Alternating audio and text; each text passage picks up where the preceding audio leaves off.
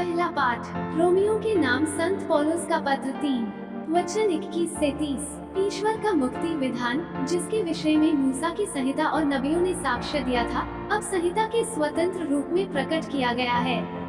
यह मुक्ति ईसा मसीह में विश्वास करने से प्राप्त होती है। अब भेदभाव नहीं रहा। यह मुक्ति उन सबों के लिए है जो विश्वास करते हैं, क्योंकि सबों ने पाप किया और सब ईश्वर की महिमा से वंचित किए गए। ईश्वर की कृपा से सबों को मुफ्त में पाप मुक्ति का वरदान मिला है, क्योंकि ईसा मसीह ने सबों का उद्धार किया है। ईश्वर ने चाहा कि ईसा अपना रक्त बहाकर पाप का प्रायश्चित करे और हम विश्वास द्वारा उसका फल प्राप्त करें। ईश्वर ने इस प्रकार अपनी न्यायप्रियता का प्रमाण दिया, क्योंकि उसने अपनी सहनशीलता के अनुरूप पिछले युगों के पापों को अनदेखा कर दिया था। उसने युग में अपनी न्यायप्रियता का प्रमाण देना चाहा, जिससे ये स्पष्ट हो जाए कि वो स्वयं पवित्र है और उन सबों को पाप मुक्त करता है जो ईसा में विश्वास करते हैं। इसलिए किसी को अपने पर गर्व करने का अधिकार नहीं रहा। इस विधान के कारण यह अधिकार जाता रहा। ये कर्मकांड के विधान के कारण नहीं, बल्कि विश्वास के विधान के कारण हुआ, क्योंकि हम मानते हैं कि मनुष्य संहिता के कर्मकांड द्वारा नहीं, बल्कि विश्वास द्वारा पाप मुक्त होता है। क्या ईश्वर केवल यहूदियों का ईश्वर है? क्या वह गैर यहूदियों का ईश्वर नहीं? वो निश्चय ही गैर यहूदियों का भी ईश्वर है, क्योंकि केवल एक ही ईश्वर है जो खतने वालों को विश्वास द्वारा पाप मुक्त करेगा और उसी विश्वास द्वारा बेखतने लोगों को भी। सुसमाचार संत लूकस 11 वचन 47 से 54।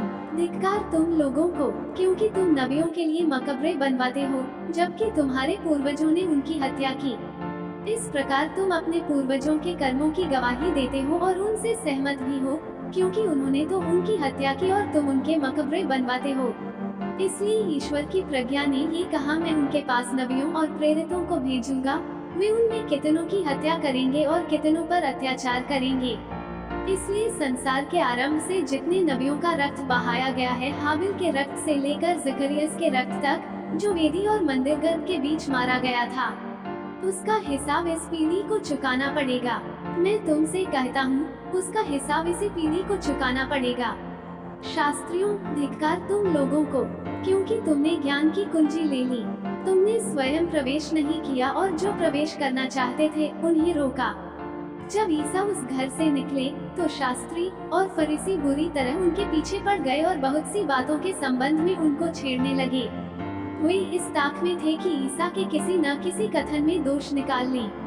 मनन चिंतन। नबी ईश्वर के मुखपत्र थे। उन्होंने वही बोला जो ईश्वर ने उन्हें दिखाया और उन्हें बोलने के लिए नियुक्त किया। उनकी भूमिका लोगों को उनके लिए ईश्वर की इच्छा के बारे में बताने की थी। उनके संदेश अक्सर लोगों को, विशेष रूप से इस्राएल के शासक वर्ग को पसंद नहीं आते थे। भविष्यवक्ताओं ने लोगों के जीने के तरीके का खंडन किया और वे ईश्वर की वाणी बोलने में निडर और अजेय थे। लोगों ने उन्हें चुप कराने का आसान तरीका ढूंढ निकाला। उन्हें मार डालना उनसे छुटकारा पाने का सबसे आसान उपाय था। नबियों को मारना इस्राएल के सबसे बड़े पापों में से एक था। नबियों को मारने या चुप कराने की उनकी कार्रवाई का इस्राएल के जीवन और इतिहास पर दूरगामी परिणाम हुआ। लोगों ने सच्चाई के अनुसार बदलने से इनकार कर दिया, इसलिए वे कभी नहीं सुधरे। वे अपने ही पापों और छल के जाल की ओर और अधिक गहराई में गिरते रहते हैं। ये पतन की शुरुआत है जब हम सुनने और बदलने से इनकार करते हैं जिसे ईश्वर हमसे चाहते हैं। परिवर्तन कठिन है। ये साहस और पुष्टि की मांग करता है, और विश्वास हमें ये दोनों प्रदान करता है। यदि हम ईश्वर की वाणी पर ध्यान दें जो हमारे पास आती है, तो हम स्वतः ही उसका अनुसरण करने और उसे पूरा करने का साहस पाएंगे। हम जितना अधिक साहस दिखाते हैं, उतनी ही अधिक पुष्टि हमारे पास आती है। इस तरह के परिवर्तन का परिणाम शक्तिशाली आशीर्वाद और व्यक्तित्व में पूर्ण परिवर्तन है। इस्राएल ने नबियों द्वारा बोले गए सत्य के प्रकाश में परिवर्तित होने के इस अवसर को गंवा दिया। ईश्वर की चुनी प्रजा ने ईश्वर के नबियों को मार डाला था और यीशु के समकालीनों ने उन पर उग्र हमला करके इसकी पुष्टि की और अंत में उन्हें भी मार डाला। हमारी पीढ़ी भी निर्दोष व्यक्तियों और लोगों के खिलाफ क्रूरता और उत्पीड़न के अकथनीय कृत्य करती है।